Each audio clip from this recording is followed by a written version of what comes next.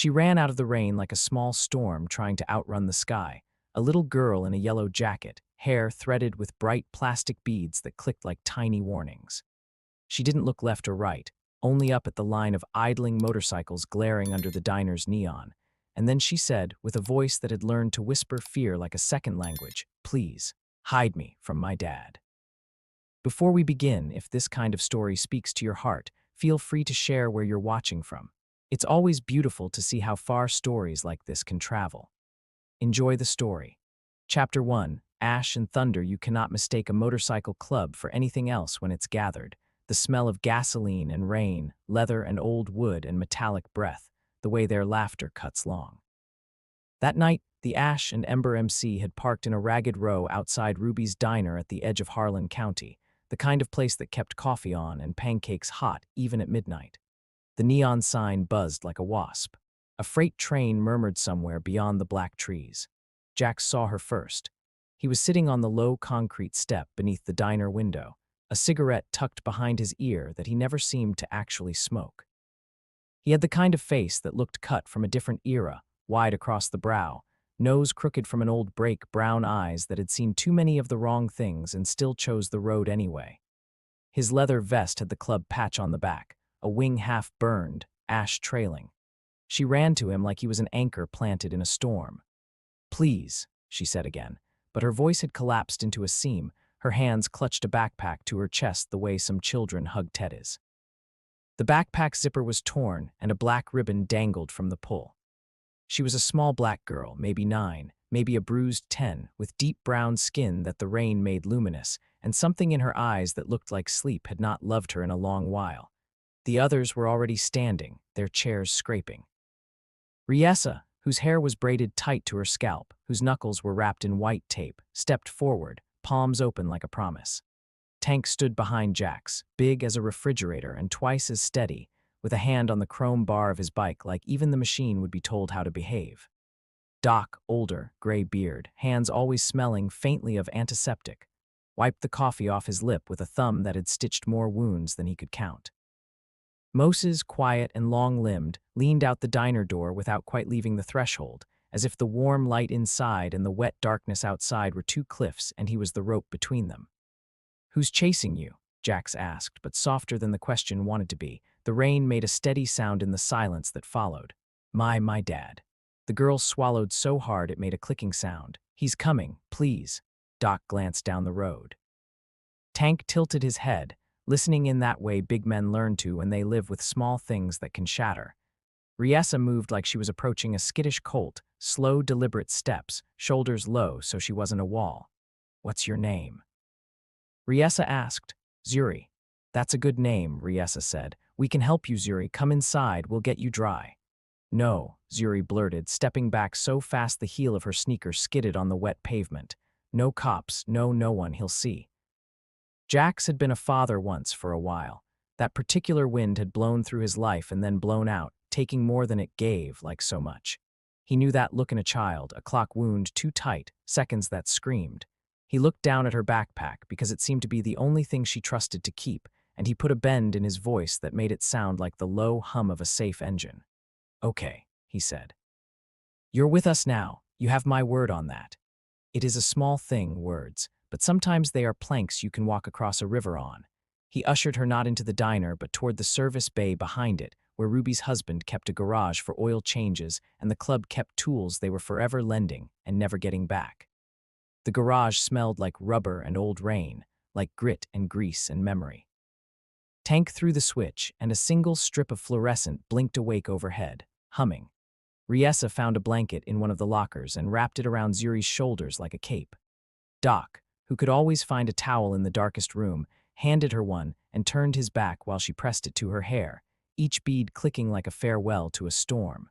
Moses closed the garage door but left it cracked at the bottom for air. From the crack came the sound of the train, far off. Inside the diner, Ruby was wiping the counter with the gas station news playing silently. When she saw Jax's face in the doorway, she nodded once, the curve of her mouth falling serious.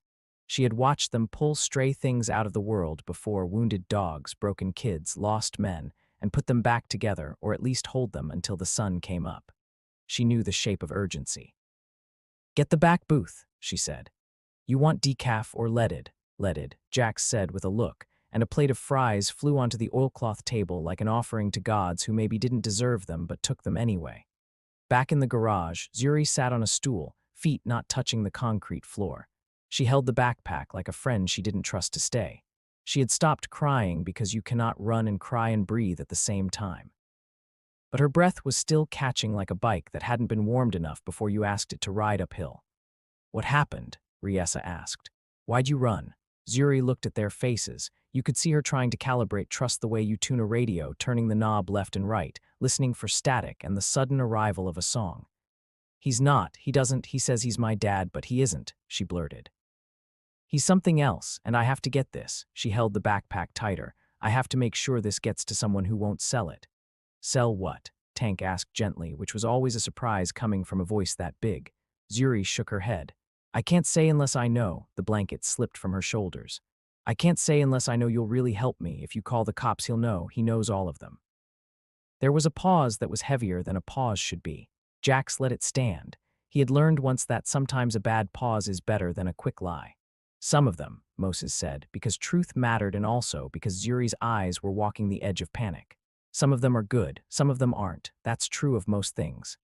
Zuri stared at Moses for a heartbeat, and then she said, he wears a badge sometimes when he isn't supposed to. He has a drawer with them, and keys, and there's names and papers, and I found pictures. My mama, she stopped herself, like a bird that had started to leap and then remembered the ground. My mama told me if anything ever happened to her to find the ash wings. She looked up at Jax's vest patch, the half wing eaten with flame. That's you, right, the ash wings. Jax drew in a breath he did not let out for a while. Alma. He didn't know the name yet, but he knew the type of woman who notices a club's patch and files it away for some future emergency, like aspirin in a medicine cabinet. He nodded, ground under your feet. That's us. Then I'll tell you, Zuri said. She set the backpack on the metal table that had cleared small engines and bicycles and once the heart of a boy who'd crashed without a helmet, alive afterward too, by some luck. Zuri's hands looked very small against the black nylon. She unzipped it all the way. For a second, she hesitated, eyes closing like a prayer to a god who might not deserve it but might listen anyway. Inside the backpack were three things that did not belong together: a little bear with one eye and a stitched scar across its belly, stuffed until it was hard as a stone. A zippered bank bag fat with sealed envelopes of cash, the kind of cash that smells like a stranger's house. A black hardcover notebook with the words Psalm 27 printed on it in gold.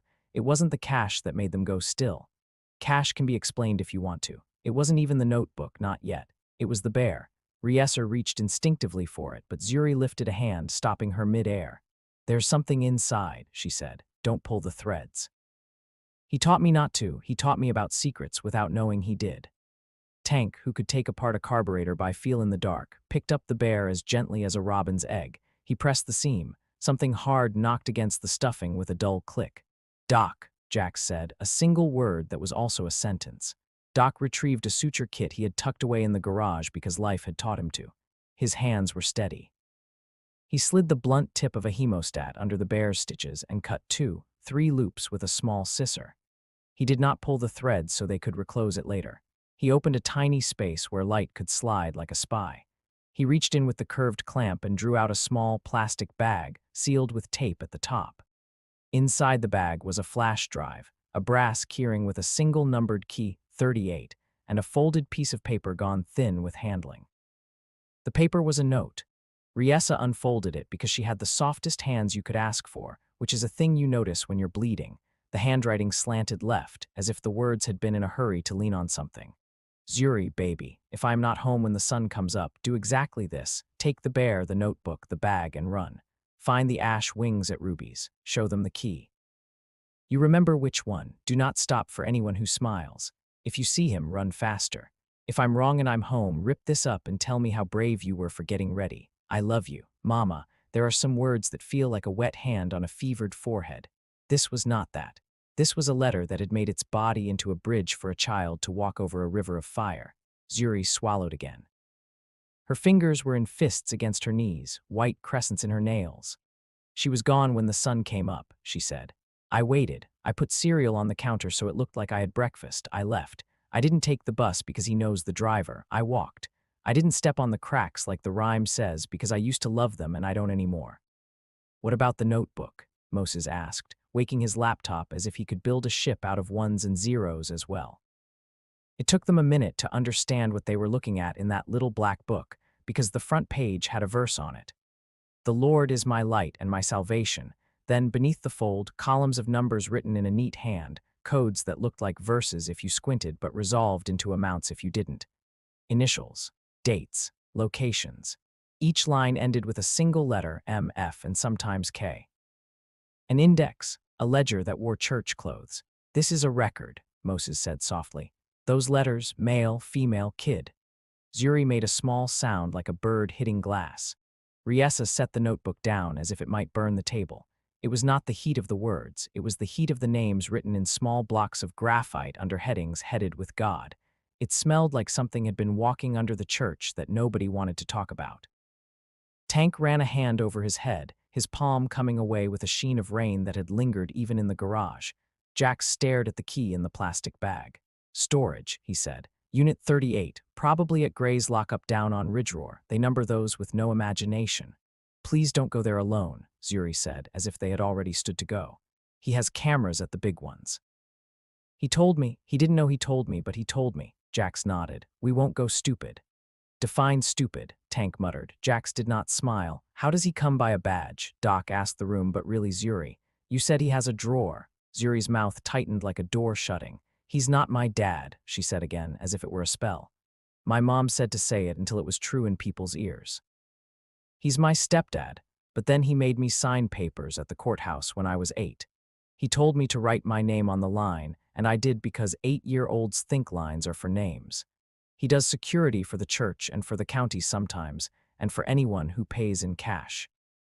He's friends with a sergeant who looks like a potato and another man who never smiles and a lot of men who always smile. My mom was a nurse. She always had blood on her shoes when she came home. He hated that. Jax could feel the fork in the road rising under his boots. On the one path, call the nearest decent policeman he knew, which was 2 towns over, or even a detective like Alvarez who owed him and was good at paying debts. On the other, keep the girl under their shelter until they had more than a ledger and a prayer. There was nothing in him that loved the idea of playing hero. Heroes were men with capes and good PR. He had neither. He had a bike and a brand of stubborn. He glanced at Riessa. She knew what he was asking. Are you with me if we don't call yet? Riessa lifted her chin.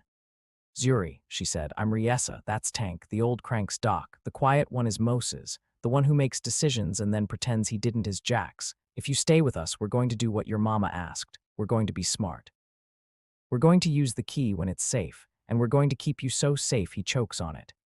Zuri nodded, the nod of a child who does not quite believe but wants to. The desperation of hope is a sound you never get over. Let me call Tasha, Moses said suddenly, surprising even himself. She'll know the straightest crooked way through this. Tasha Kamara had been the club's lawyer since Riessa had punched a man who deserved it, and then smiled at the judge like the sun finally hitting a windshield. A lawyer who wore sneakers to court and earrings shaped like justice scales. A woman who had grown up in Harlan County with eyes that saw ghosts in paperwork and then told them to get out. She had a cat named Fiddy who stared at your soul until you admitted your lies. She also did not suffer fools, which made her a good partner because Ash and Ember were many things but rarely fools. Call her, Jack said. And Ruby, he added, pitching his voice toward the back kitchen. Make those pancakes that taste like forgiveness. Ruby's voice came back through the cracked door. You got it. While Moses made the call, Jax pulled a dull brown leather wallet out of his vest pocket. He scuffed a thumb on the worn surface, then pulled out his phone and scrolled to a number he hadn't called in a year. He didn't press send. He was thinking about Alvarez, about how the man had stood in a doorway while Jax counted his breaths one winter, grief a fist in his chest until the counting got easier. The thought of dialing a badge made his mouth go dry. He glanced at Zuri's white knuckle grip on the backpack. He put the phone away. Outside, a car slid slow along the 2-lane, headlights eating rain. It passed, taillights smearing red. The train's horn yelped in the distance like a dog. Chapter 2. The man who smiled too much the night brought Tasha in a navy windbreaker and high tops. She pushed the garage door higher, hands in pockets, and took in the scene with a tilt of her head, the way good protectors do, counting exits, measuring fear in a room like you measure flour, not too little, not too much. "This better not be another stray husky," she said, because humor is a way to make a room breathe. Then her eyes found Zuri. "Hey, beautiful thing." Zuri's eyes narrowed. Trust was a wet match. Sometimes it took a second strike. Tasha didn't push. She squatted to bring herself level with the stool, knees popping. She smelled like rain and peppermint. Her hair was wrapped in a red scarf with tiny white stars. "I'm Tasha. I'm a lawyer. That means I tell people what the rules say and then help them break the bad ones." Zuri's mouth almost smiled without permission. "Do you know my mom?" "Not yet. Going to. She told me to bring this to the Ash Wings." Zuri held up the flash drive by the bag, and the notebook, and the money, but she told me not to count it because the number can get into a person and make them act wrong. "That's good advice," Tasha said. She put a legal pad on the table, clicked a pen. "You good if I look at these?" Zuri nodded. They all leaned closer as if the gravity of the little table had increased. Sometimes big stories are held inside small plastic bodies. The flash drive was a spill of files that looked, for a second, bland PDFs named innocuous things like Budget 2 and Grant Application and Schedule and Roster Youth Ministry. Moses grinned at the roster like a wolf that just got a scent, his fingers already dancing, a man who could dance the same with keystrokes as others do with feet. He found the hidden layer in 12 seconds, a second index that opened when you pressed Q and 7 and a colon.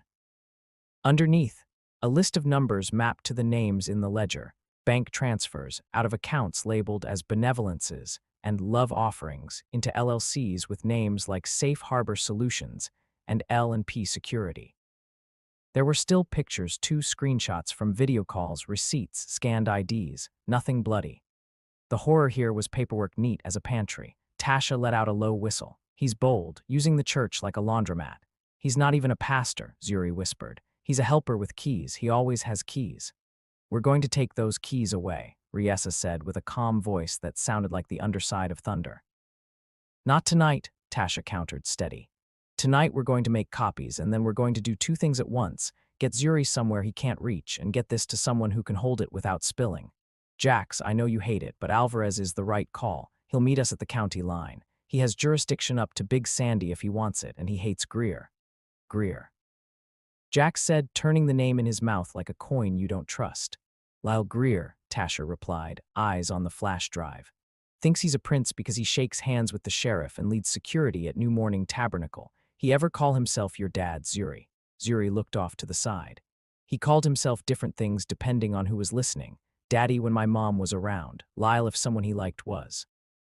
Officer Greer if he wore a badge." A weird smile twitched at her mouth like a string being tugged from inside. "He liked how Officer tasted." Tasha nodded. "I'll call Alvarez. We'll meet at the old feed mill on Maple Bridge Road. That way if this goes sideways, we have fields to run into instead of alleys." "The key," Moses said, tapping the plastic. "We hit the unit before or after?" "Not before, not alone," Tasha said. "Greer knows he's missing something by now. Men like that keep their sins in alphabetical order. If we try the lockup cold, we'll be on camera. We'll bring Alvarez. He knows how to keep his face bored even when the building's on fire." Zuri stiffened at the mention of bringing a badge. "Hey," Tasha said to her gently. "You get to say no. You get to tell us what you can't breathe through. If we go with Alvarez, I vouch for him. Not because he's perfect, he isn't, but because he knows what happens to people who put girls in ledgers." Zuri sucked her lower lip. "I don't like the way men laugh at the church," she blurted. "The kind where they're not happy, but they are something." "Mean," Riessa supplied. Zuri nodded, relieved. Jax's phone had not been in his hand for long before it buzzed. A text, not from Alvarez. From a number he didn't recognize, but that felt familiar. He opened it. A picture of Ruby's neon sign taken from across the road, glowing faint red in the rain. The caption, "Where's the girl?" He lifted his head and slid his gaze to the crack under the door and the darkness beyond. Someone had sent that from right outside. "We have an audience," Jax said. Tank's shoulders rolled like a tectonic plate. Riessa's mouth flattened into a line. Moses closed his laptop as if he could hide electricity. Tasha stood up straight, her hood flickering like she might pull it up. "Can you block them?" Jax asked Moses. He meant the number, the watching, all of it. Moses smiled, that sideways smile people get when you ask them to stop rain. "Not if it's a person with eyes and a camera," he said. but I can make their phone think their battery's dead for a minute. Do it, Tasha said. Give us a head start. Zuri stood, the stool scraping. They found me, she whispered. They always find, he always finds. Jax put a gentle hand on her shoulder. We can leave through the back, ride out the old farm road. It's rutted, but you can hold on. You ever ridden before? Zuri shook her head. Not on a bike like yours. You hold on to me like you're holding a rope and the ocean's trying to take you, he said. That's all you need to know. Ruby's voice came again like a bell. Your pancakes will have to be to-go, angels. She appeared in the doorway with a paper bag, eyes scanning faces hard like always. She flicked her chin at Zuri. You hang on to somebody good, baby. Zuri nodded, and for one flash her face looked like a little girl who loves syrup. They moved fast. Riessa lifted a helmet off a hook and put it on Zuri's head, strapping it like a mother, 2 fingers under the buckle to check the gap. The beaded ends of Zuri's braids clicked against the shell. Tank threw the garage door up quiet. The street was mostly empty rain light like the last of a tantrum, night deep like a well.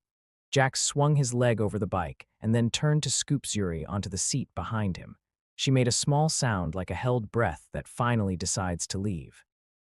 Her arms slid around his middle, body rigid at first, then much more than that, pressing in until he felt her heartbeat where his spine carried its own. They rolled out single file, Jax, Riessa, Tank, Moses on his ratty Yamaha because he always refused to be fancy. Doc took the old Ford pickup and would meet them near the bridge with what he called his just-in-case bag, which had once contained a fishing knife, an inhaler, and a teddy for a boy who'd sobbed until it became a part of his grip. They did not take the highway. They took the back road that cut through the fields, the one that made you feel like the county was a wide quilt stitched with darkness and dew. The hum of the engines was an animal with a steady heartbeat, a sound that created its own weather. Zuri's cheek, under the helmet, pressed sometimes against Jax's back like she was measuring him. He wanted to promise her the kind of good fathers promise. But the thing about promises is you are never sure you're the person who should say them until you've already been the kind of person who'd keep them. He said something else instead. You're doing good, he called back, loud but calm. He felt her nod. He felt the nod like a knock. At the old feed mill, they slowed.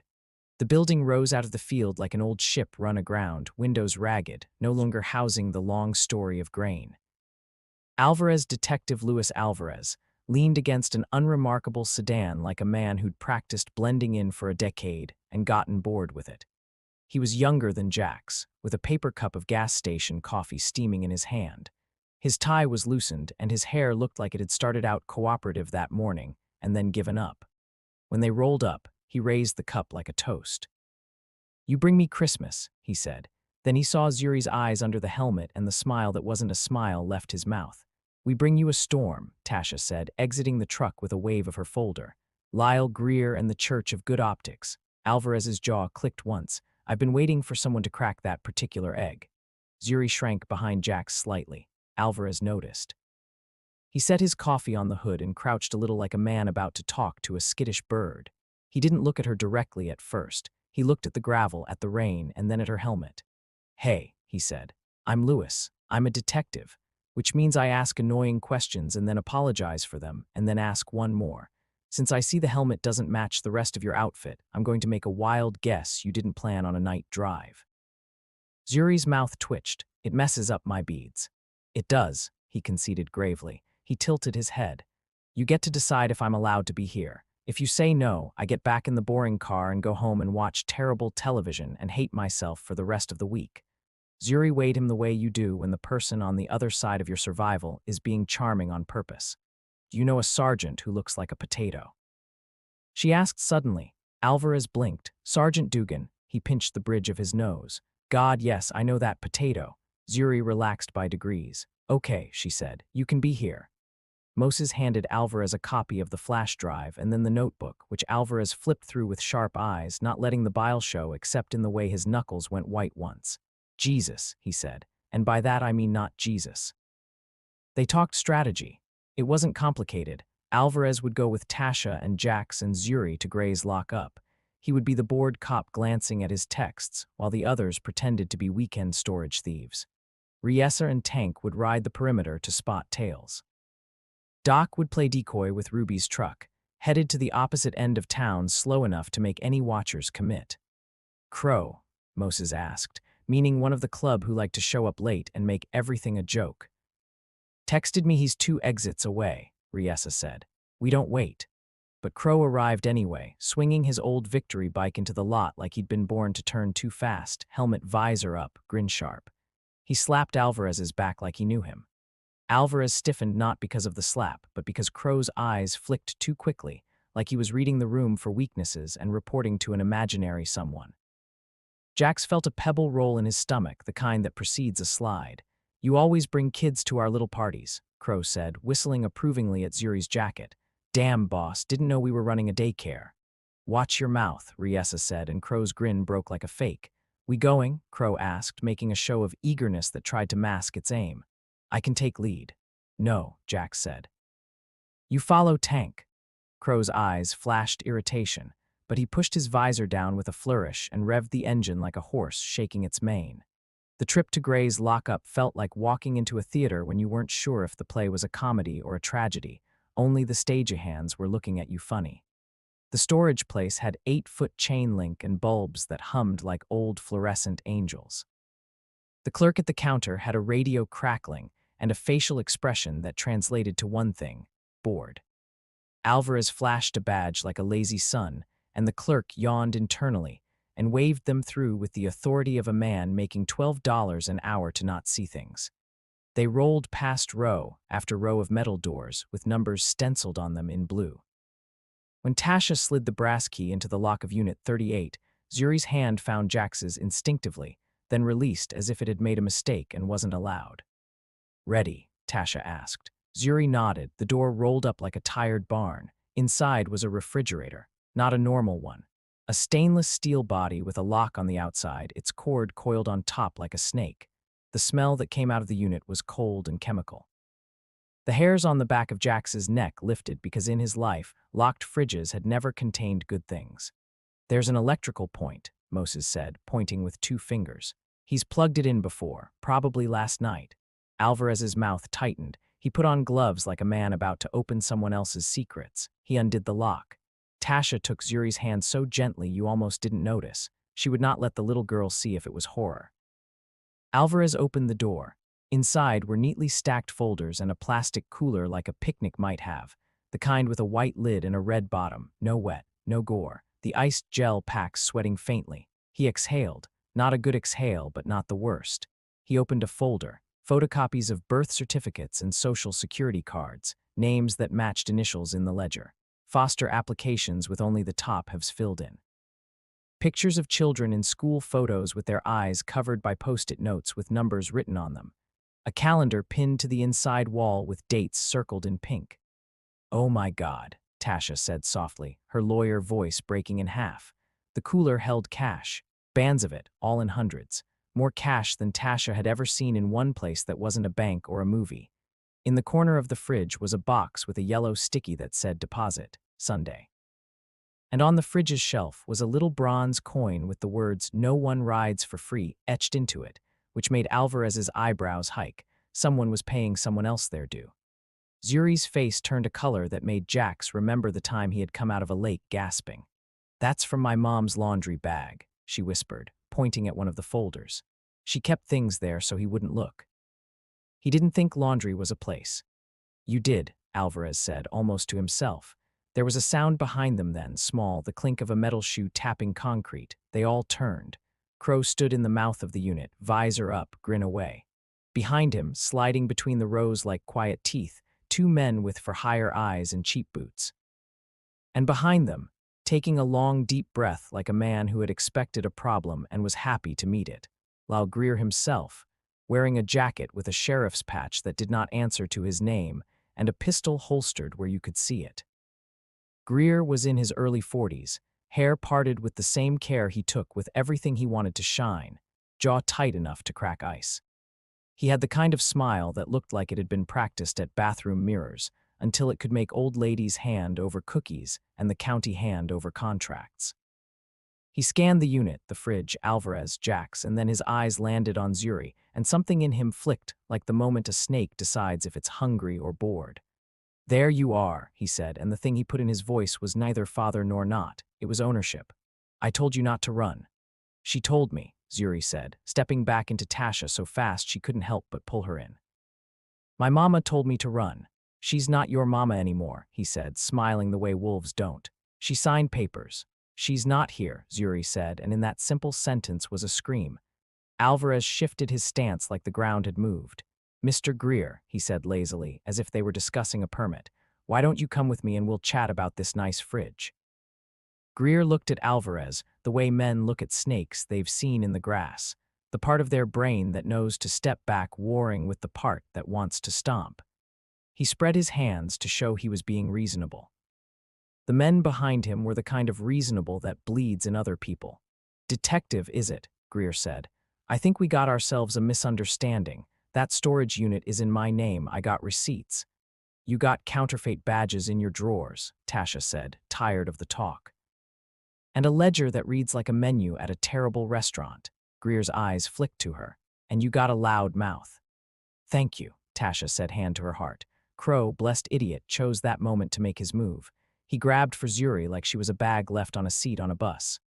Riessa, who had been waiting for him to be exactly this stupid, moved. She slammed her fist into the crook of his elbow. His arm crumpled. He yelped. Tank loomed fast and gripped Crow's vest at the chest, lifting him a little so his boots kissed the ground less. Crow gasped, eyes angry and then pleading and then angry again, which is the arc of a man who realizes that community does not mean what he thought. Why? Tank asked him, simple and profound. Crow's face twisted. He said he'd wipe my warrant, he spat, jerking pain or indignation or both. He said he'd get me my kid back.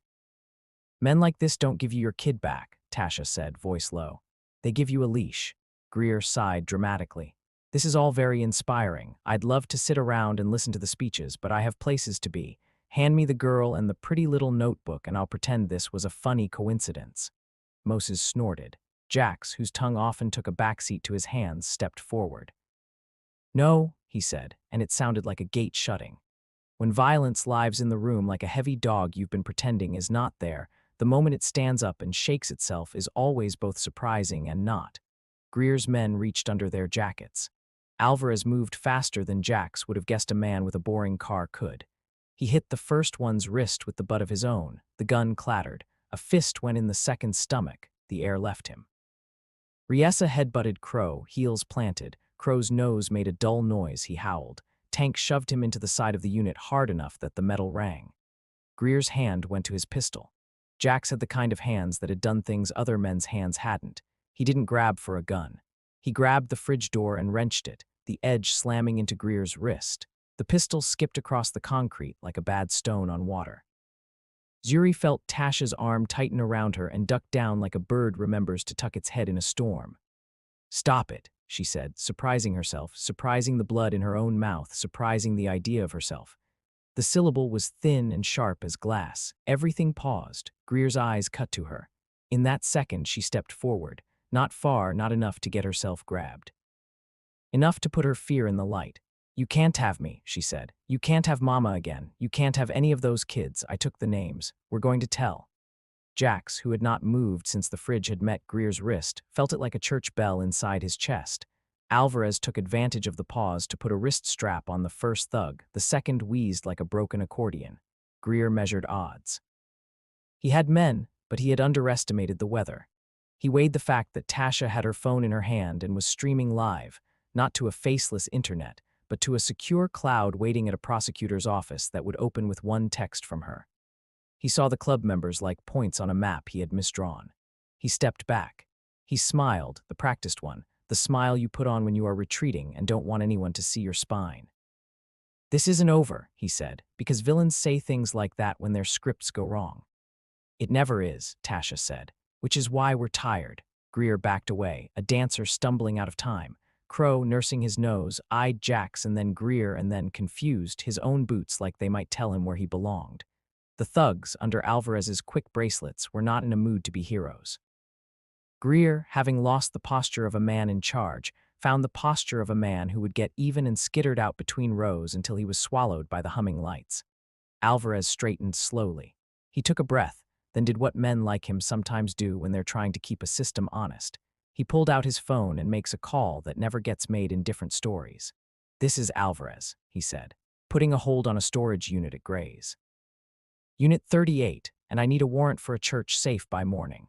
"On what grounds?" a bleary voice asked on the other end. "On the grounds that I'm sending you a flood," he said plainly, looking at Zuri and then at the binder, then at the fridge. "And on the grounds that a little girl decided she wasn't property." Zuri leaned suddenly into Jax's hip and then back out, as if her body had been told to rest by some unseen general. He put a hand on her head for a heartbeat, palm as gentle as a prayer. Chapter 3, The Gospel of After They Didn't Go Back to the Diner. They went to the Forge, the Ash and Embers clubhouse out past the river with a tin roof that sang when rain hit it hard. It smelled like old smoke and coffee and motor oil, and whatever it was Ruby used to clean stubborn things off of counters. There were blankets folded on a shelf. There was a back office with a sofa that had eaten lost coins and 2 good knives. There was a kitchen where Tank could make eggs that tasted like your grandmother's if your grandmother wore rings and swore softly. Zuri slept on the sofa, but only because her body finally had no choice. She curled with the one-eyed bear under her chin, the stitches back in place, Doc's neat hand making it almost whole again. Riessa sat at the foot, boots off, socks mismatched, a paperback in her hand she wasn't reading. Tasha had taken a car back to get a judge out of bed. Alvarez had left for a few hours with a promise that sounded like something you could tie a ship to. Jack stood in the doorway and watched Zuri breathe. He remembered his daughter's room, how he had painted the walls a color called cloud that had looked more like gum on the sample, and he'd been embarrassed about it, until she had said she liked being inside the sky. He remembered the way children make you into a home you did not know you were applying to be.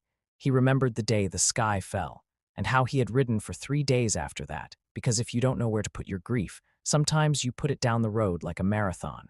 He stood there until Riessa spoke without looking at him. "You're doing that thing again." "What thing?" "Being a long story. Short stories are for people who haven't been hit enough," he said and made himself smile. "Don't be poetic," she said. "It doesn't look right on you." In the gray smear of dawn, something shifted. The Forge, which had been a quiet animal sleeping, lifted its head. Moses was at the table with his laptop open, eyes red, fingers still moving. "Got the accounts," he murmured without prompting. "More of them, offshore and not, shells and not, pretty little charities that pay themselves back in circles. He had help, it's not just Greer." "Of course it's not," Riessa said. "Men like that build ladders out of each other." Tasha burst in with a grin that meant only half of what you think, good news that still meant bad things. "Judge is signing. Alvarez is at the church. They're going to pop the safe and get older books. And Dugan is crying because he didn't know all of it and he hates when he isn't invited to the party. Also, I brought donuts." "Blessed be," Doc muttered, taking a powdered one like medicine. Zuri woke to the smell of sugar and coffee. She blinked at her surroundings and then, for a second, terror looked for its language and didn't find it. Instead, she said, "Is my mom?" "We're looking," Tasha said immediately, kneeling to you are in power height. "Alvarez has people at the hospital and the station and the church, and I have a cousin at a shelter and we put her name on every desk. If she's hiding, we will tell her it's safe. If someone else hit her, we will make them sorry." Zuri nodded. The nod said that the ocean had receded a little but not gone. "What if she's—" Zuri couldn't finish the thought. The thought hovered like a thing in the corner you don't want to point at because then it looks bigger. "Then we say her name loud until she's heard," Riessa said, "and you get to be mad forever without anyone telling you to stop." Zuri looked at her like a starfish looks at a shoreline and then took a donut because she was a child. Powder dusted her upper lip, and for a flicker her face had no edges. By noon, the town had begun to turn. It doesn't take much when the thing everyone is pretending not to know is suddenly a file on their screens, and the stream in their pockets, and a whisper that catches. Women in the front pew with the best hats were not at the church. Men who had nodded at Greer in parking lots were suddenly looking at their shoes. Alvarez, standing in the sanctuary with a safe that had been born to give birth to sins, watched the initial surrender of one system to another. Crow did not come back. He had left early, bleeding from the nose, riding west on the 2-lane, choices beating in his ribs like birds. They found his note later. Not an apology, not even a reason, just a picture drawn in ballpoint of a man with a boy on his shoulders and the word soon. Sometimes villains aren't villains so much as holes where the world leaks out. They found Alma 2 days later, not in ruin. Not a saint either. She had taken herself to a motel on the edge of a county where people don't ask questions because questions cost. She had 2 fingers broken and an old bruise that looked like it had faded from purple to memory. She had a bag with 3 outfits and a laminated card that said she was a nurse, as if that was a license to be believed. She had been waiting for the word that someone else had made it safe. When Tasha and Alvarez and Riessa arrived, she looked at Riessa first, the woman in the leather vest with the ash wing burned into it, and she put her face in her hands and made the sound of a breath you have been waiting your full life to make. "You told her to find us," Riessa said, her voice a blessing. Alma nodded, the nod of a woman who had been telling herself for a year that she was not crazy for planning for this. "You fixed me up once," she said, and then pointed at Jax, surprising him like his name had been called out of alphabet soup. "You came in with a boy with a broken hand. He had stupid hair. You waited while I said it right and you asked me careful questions. I watched you carry him out and I thought, if anything ever happens to us, we will run to the ash wings." Jax, who had asked so few right questions in his life, blinked fast. "I'm glad we were there," he managed, the sentence failing to hold the fullness of the truth. Alma looked at Zuri.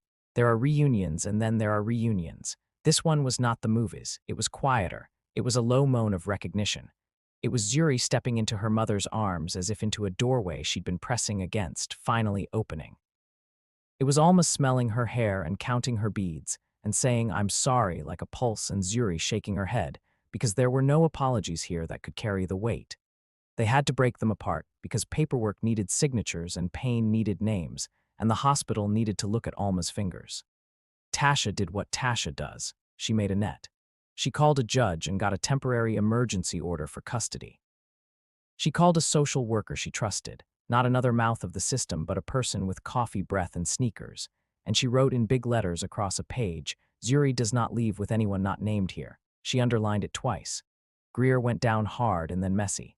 His lawyer tried to set fire to the facts. The Ash Wings had seen a lot of fires. This one didn't take. There were too many folders, too many videos, too many names.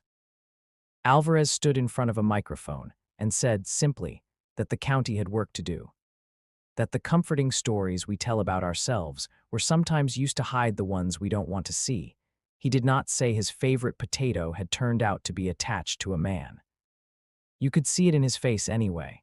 In the days that followed, some people brought casseroles to Alma's apartment. Some people crossed the street. Zuri slept at the forge for a week, not because she had to, but because the sofa had learned her name. Alma came by, watched her laugh with Tank while he taught her to flip pancakes on the grill in the clubhouse without burning them, watched Riessa teach her to wrap her hands for punching, not for using, but for knowing she could. Moses set up a small laptop for her with parental controls that would make the internet cry, and taught her to play chess against a program that always said good job, even when she lost. Doc showed her how to put stitches in a sample of pigskin and then took her to the clinic to see what healing looked like up close. Jax took her on a ride one Saturday to the bridge over the river, and they didn't talk the whole way there, and they didn't need to. "You know what I like about riding," he said finally, when the wind stopped being loud enough to make sentences unnecessary. "It tells the world, I will not be trapped in the place where you left me." Zuri looked out over the water. "I like the way it feels like I'm not falling even when we go fast," she said. "That's because we're going the direction the fall would anyway," he said. She nudged his arm. "Okay, fine, I'll stop with the poetry. It makes Riessa grumpy." Zuri grinned for real then, an unguarded light. It was a small victory, a boy's baton dropped somewhere and picked up again by a different parade, and if you don't think that matters, you haven't been in a small town when a bad man finally goes to jail. Greer appealed. Of course he did. Men like him have 1,000 keys that open doors for a while, but the ledger had been poorly kept in the end, a hubris thing. The flash drive had moved mountains. Alvarez had learned to not look bored when his bones were on fire. Tasha had learned that sometimes a clean signature saves lives. Ruby had learned that her pancakes, in fact, could serve as affidavits the way citizens' testimonies do when asked to speak before God and the flooring. At the sentencing, Alma spoke. She stood with her hands buried in the pockets of her thrift store jacket, hair pulled back hard, a scar on her finger like a grace note. She did not breathe dramatically. She did not cry in public. That was for the bathroom later. She said, "You told my little girl to call you daddy. You told me to call you husband. But I didn't say those out loud because they were lies. I'm here to put my name back into my mouth. My name is Alma Akaffer. My daughter's name is Zuri Akaffer. We are not your property. Also, to the other girls and boys whose names are in your book, you're not meat. The judge swallowed hard. Jax didn't go to court that day. He fixed a chain on an old bike in the forge. The window cracked to let in the sound of the town moving around itself. He did not need to see Greer in chains when he had seen him without them. He did not need to hear a gavel when he had heard Zuri say stop. The last twist was quiet. It came in the shape of a letter slid under the forge door one morning, in an envelope that smelled like cheap cigarettes and the past. Inside was a crudely folded drawing, another of Crow's scribbles, and a key, not brass, not numbered, a house key. A note in block letters beneath, he's with his grandma now, not my leash, not GW's either, I owe you. Maybe I'll be a better man later, maybe not. Keep the key, place by the river. You can use it if you need a place to run. See, Jax showed the key to Riessa and they both laughed like they had heard a joke that wasn't funny but was true. Even holes can hold rain, Doc said when he saw it. Sometimes they make little pools. Summer settled. Zuri went back to school in a different district, the system trying, for once, to not be cruel. Kids still whispered, because kids are magpies who pick up shiny things, and some of those shiny things are your pain. But she had learned a way of standing that made it so if you looked at her too long with the wrong eyes, Riessa would appear behind you like an angel you didn't expect. Alma got her fingers back and the ache that will live in her knuckles forever. She also got a new job through Tasha's cousin, at a clinic that didn't make her mop blood off floors without pay. Alvarez got promoted, and then got demoted in the way doing the right thing looks like, which is to say he stayed himself in a room that liked to change people. The Ash and Ember added a line to their charter. It was a simple line, our doors are open to runaways. No questions asked for 12 hours. After that, we call one of the 3 we trust. Anyone who breaks that gets broken. Riessa wrote it with a hot pink marker on the bulletin board because solemn things deserve bright ink too. Sometimes, late at night, Jax would walk to the back of the forge and open a storage locker they kept there. Inside was a one-eyed bear, patched and repatched, with a tiny gold key tied to its ear on a ribbon, not because it opened anything, but because it meant something. Next to it was the ledger, sealed in a plastic box with evidence numbers on the outside and sticky notes stuck to it like prayers. He would look at the bear and think about how close things had been to being another kind of story, the kind that starts with a girl in rain and ends with different men hands. He would think about the choices you make with your boots on, and what you find inside small backpacks carried by small people who are too brave for our liking. One sunset, Zuri asked to go to the river again. They went. They sat with their feet hanging over the edge of the old bridge, the water below them doing the thing water does, making its endless argument that persistence is a kind of power. Zuri took something out of her bag. I want to show you, she said to Jax. It was a locket. Inside was a picture of Alma younger and a tiny curl of hair that had been Zuri's when she was a baby. Not shocking, not like the flash drive, not like the notebook. It was the sort of thing you carry when you want to remember that your life was on purpose. Pretty, Jax said. It helps me breathe, she answered. When I think about him, Jax didn't say Greer's name. Names are powerful. He said instead, you know, sometimes people think courage feels like stepping on a stage. I think it feels like what you did when you walked into that garage. You said the truth before it was safe. That's bigger than a stage. Zuri nodded. The nod had lost its older sister fear. It had gained a cousin, resolve. On the way back, they stopped at Ruby's. The neon sign buzzed at them like a friendly insect. Ruby slid a plate of pancakes onto their table unasked, like always, like forgiveness. Zuri poured syrup. She watched it pool and thought about how some sweet things can drown you if you let them, and how sometimes you decide how much you want, and the restaurant lets you. That is a very small thing and a very big one. When they left, the night was full of moths and the road was theirs for a while. Zuri's beads clicked under her helmet like a soft applause. Greer had said, "This isn't over." He was right, in a way. Evil doesn't end so much as it runs into walls we build. But that night, the walls held. They held because a nurse wrote a letter, because a child ran into rain, because a club opened a door to a garage that smelled like old oil and hope, because a bear had stitches that could be picked and replaced without destroying its face, because some cops hate what they're supposed to, because some lawyers learn the fastest route to a judge's kitchen table, because of a lot of because. The shocking thing in the bag was the proof of what one man had done. But here is the other shocking thing, if you are counting, that evidence can become a torch if you lift it, that a little girl's voice, steady, can echo louder than men's laughter in a church hall, that strangers can become an answer when a mother asks a question in a note. When they pulled into the forge's gravel, the night hunkered down soft. The bikes ticked as their engines cooled. Tank was on the porch with a bowl of popcorn half eaten. Riessa tossed a peanut up and caught it in her mouth, grin flashing. Doc snored in a chair with a magazine over his face. Moses looked up from a screen and smiled with his whole mouth for once. Zuri hopped off the bike, helmet in hand. She turned to Jax, eyes serious in the way only children's eyes can be when they have seen too much, and decided not to be reduced by it. "Can I put my backpack in your office?" she asked. "Just for tonight." "Of course," he said. She ran inside. He watched her go and laughed quietly, and then, when the others weren't looking, he leaned against his bike and let water gather in his eyes like the rain had come back. Not because he was sad. Because sometimes relief and grief hold hands like old friends and you don't insult them by pulling them apart. He wiped his face. From inside the clubhouse, Zuri's voice floated. "Riessa, the pancakes tasted like forgiveness again." Riessa shouted back. "Good. Tomorrow we'll make them taste like victory."